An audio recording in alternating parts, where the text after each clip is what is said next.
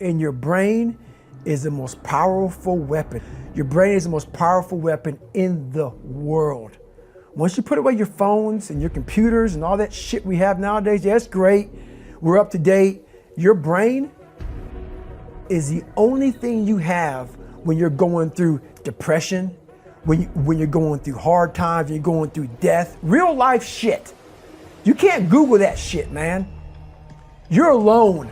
You're alone. You may have a shrink you're going to, you may have a best friend you're going to, but there's 24 hours in the day where you're alone in this brain. And your brain is talking to you in all kinds of ways. And it wants to control you and pull you in these different pockets. If you can't control your own brain and your brain controls you, you got to tell your brain where you want to go and how you want to go and how you want to get there. You got to control it. If not, it's over. What existed for me was, okay, man, how am I going to make this work? And all I knew back then was hard work. The only way anything gets accomplished. That's all I heard back in those days. You got to work hard. You got to work hard. I'm not getting I can't get this paragraph. I can't remember what the in this paragraph to pass this test to get in the military. Read again. Still not getting it. Read again. But if you're not getting it, write it out. And that's how I started learning. Okay, well, I got to write out everything I do. And then write it out again. And write it out again.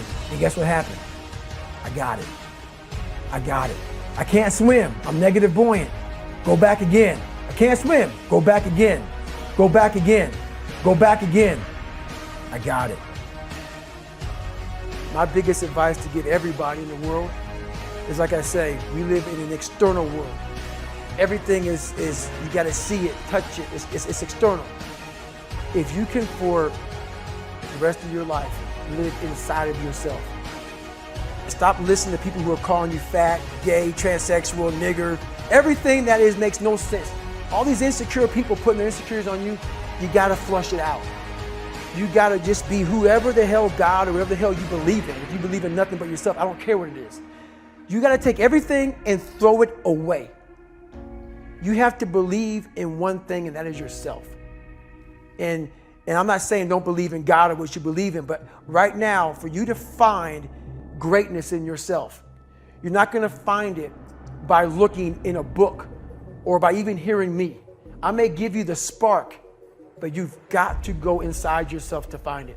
And that means you got to be quiet. Go in a room, stop talking, search your soul, search your mind, search your abilities, and you'll find it.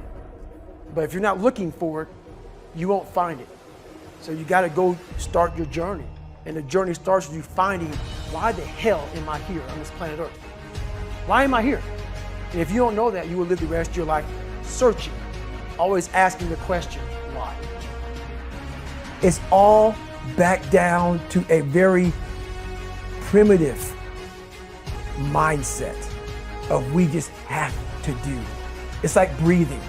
Breathing becomes normal. We don't even know that we're doing it. That's how you have to live your life. When that alarm clock goes off at 4 or 5 in the morning, your mind says no. You just say, this is what we do. It's what we do now. Because to get to where you want to go, the amount of pain involved, I'm not saying physical, I'm not saying you got to break yourself off.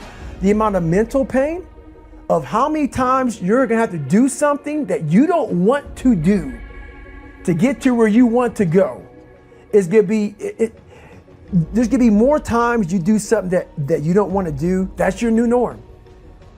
So then it's like breathing. And then once you do this over and over and over again, it becomes like breathing. I don't want to live this lifestyle, but to get to the other side of this, I have to. I'm not saying to put yourself down. I'm saying listen to the truth. And the truth isn't in the 20%. The truth is in this other part of your brain saying, look, man, you're wasting a bunch of percentage here. We have 80 more percent that we're not tapping into, because in this other 80% is suffering, pain, failure, self-doubt, darkness, and then a whole bunch of light. But to get to this light, you gotta go through all of this shit. So a lot of us know that. I can get over here, but over here, man, this is much better because I gotta go through this journey that is not fun. This from 20 to 100%, this shit in between is not fun. So we decide to live over here. So everybody goes, how do you do that? You know exactly how to do that. You know exactly, it's not a magic trick. There's nothing I talk about in that book that's a magic trick. It's all back down to a very primitive mindset of we just have to do. It's like breathing. Breathing becomes normal. Like we don't even know that we're doing it. That's how you have to live your life.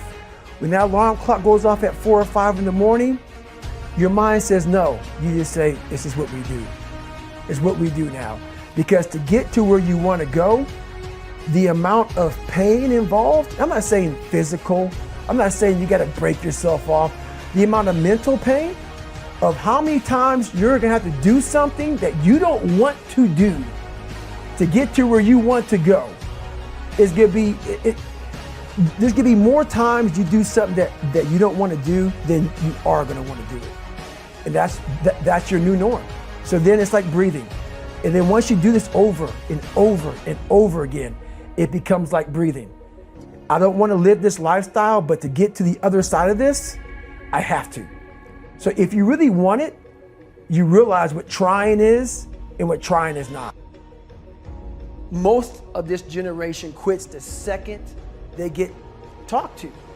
You did this wrong, or they get yelled at.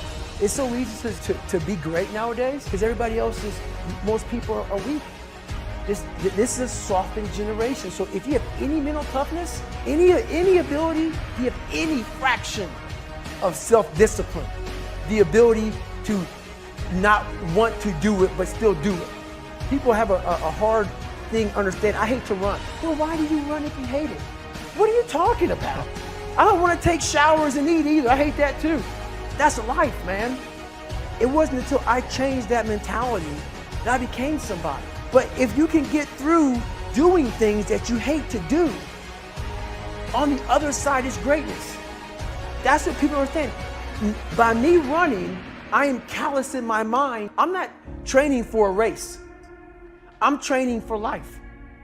I'm training for the time when I get that 2 o'clock in the morning call that my mom is dead or something happens tragic in life. I don't fall apart. I'm training my mind and my body and my spirit so it's all one, so I can handle what life is going to throw at me. Because the life I've lived, it throws a whole bunch at you. And if you're not physically and mentally prepared for that, you're just going to crumble and you're good for nobody. And that's why I talk about the warrior mentality. And that's why so many people are lost when I start talking. You have the right. You're lucky that you don't have to think like warriors think. You're very privileged. I chose this world to be a warrior. And I would choose it again if I came back to this world. But the mentality of a warrior is very different than normal mentality. So to be a warrior, why people don't understand me, I'm glad you don't understand me. Merry Christmas, good on you. Because being a warrior takes a whole different mindset. Your mentality changes. I may not live. You gotta accept that. And that's the mentality you have. And that's what makes you a warrior. If you're scared to die, you're a bad warrior. I hated jumping out of airplanes. I hated shooting guns. I hated the job as a Navy SEAL. But I did it because I wanted to change myself. Everything I do, I'm not really comfortable doing. But that's with life. If you're choosing to do something, attack it. Because they're gonna remember you as not attacking it. So I want to be remembered. You can hate me, but there's one thing you can't say about me. I didn't attack it. So that's the mentality you have. If you're gonna do something, you might as well attack it, because you can do it anyway.